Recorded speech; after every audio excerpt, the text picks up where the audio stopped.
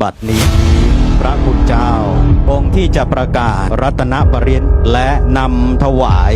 เป็นพระราชกุศลแด่พระบาทสมเด็จพระวชิรเกล้าเจ้าอยู่หัวเนื่องในโอกาสพระราชพิธีมหามงคลเฉลิมพระชนมพรรษา6 รอบ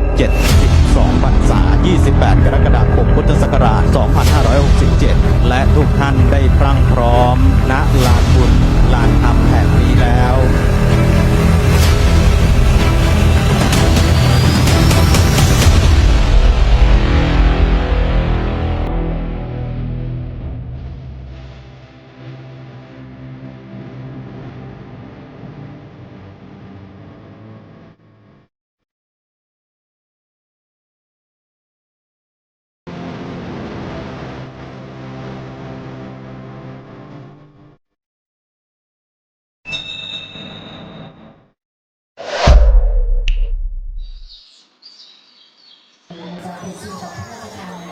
จุดเที่ยวเจ้ากัน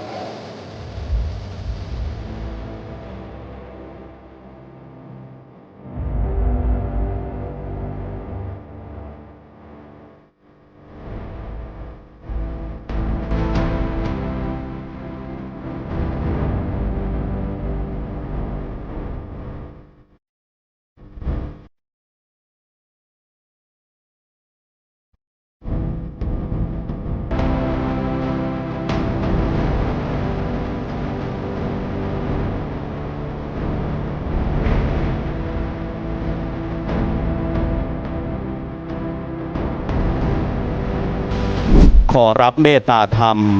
อาราธนาพระครูประหลัดธีนวัฒน์ญาณสิทธิวาที เจ้าอาวาสวัดยางปวงนำเข้าสู่พิธีประกาศรัตนปริญและเจริญอริยมรรคสัมมาทิฏฐิเป็นลำดับต่อไปสาธุ ขอความนอบน้อมของข้าพเจ้า ขอความนอบน้อมของข้าพเจ้า จงมีแด่พระสัมมาสัมพุทธเจ้า จงมีแด่สัมมาสัมพุทธเจ้า ผู้ตรัสรู้ชอบได้โดยพระองค์เอง ผู้ตรัสรู้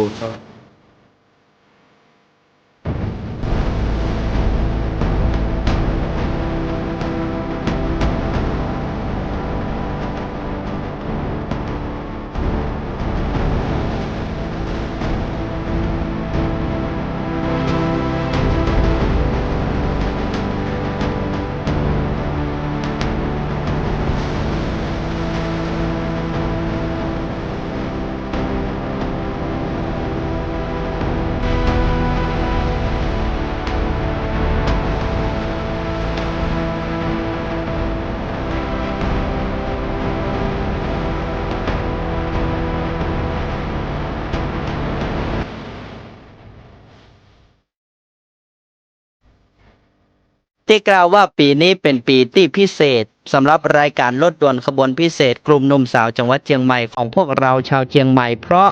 ในปีนี้พระบาทสมเด็จพระวชิรเกล้าเจ้าอยู่หัว พระองค์ทรงทุ่มเทพระวรกาย และก็พระราชหฤทัยอันยิ่งที่จะสืบต่ออายุพระพุทธศาสนา ฉะนั้นในปีนี้ของกลุ่มหนุ่มสาวของเราจึงมีพิธีปฐมฤกษ์วันนี้วันแรกที่วัดยางกวง นอกจากรายการรถด่วนขบวนพิเศษคือรายการพิธีประกาศรัตนปริญเจริญอริยมรรคสัมมาทิฏฐิ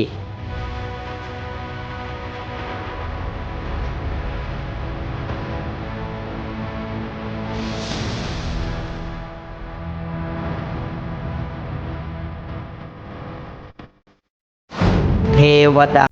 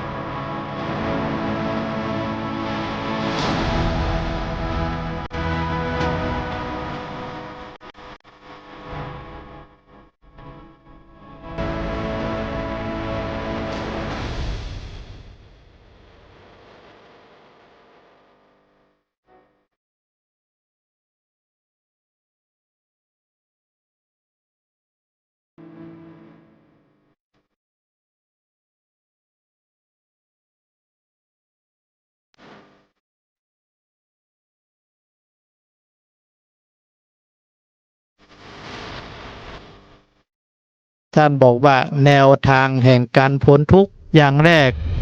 พระบาทสมเด็จพระเจ้าอยู่หัว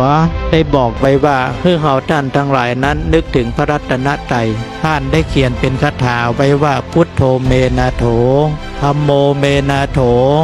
สังโฆเมนาโถ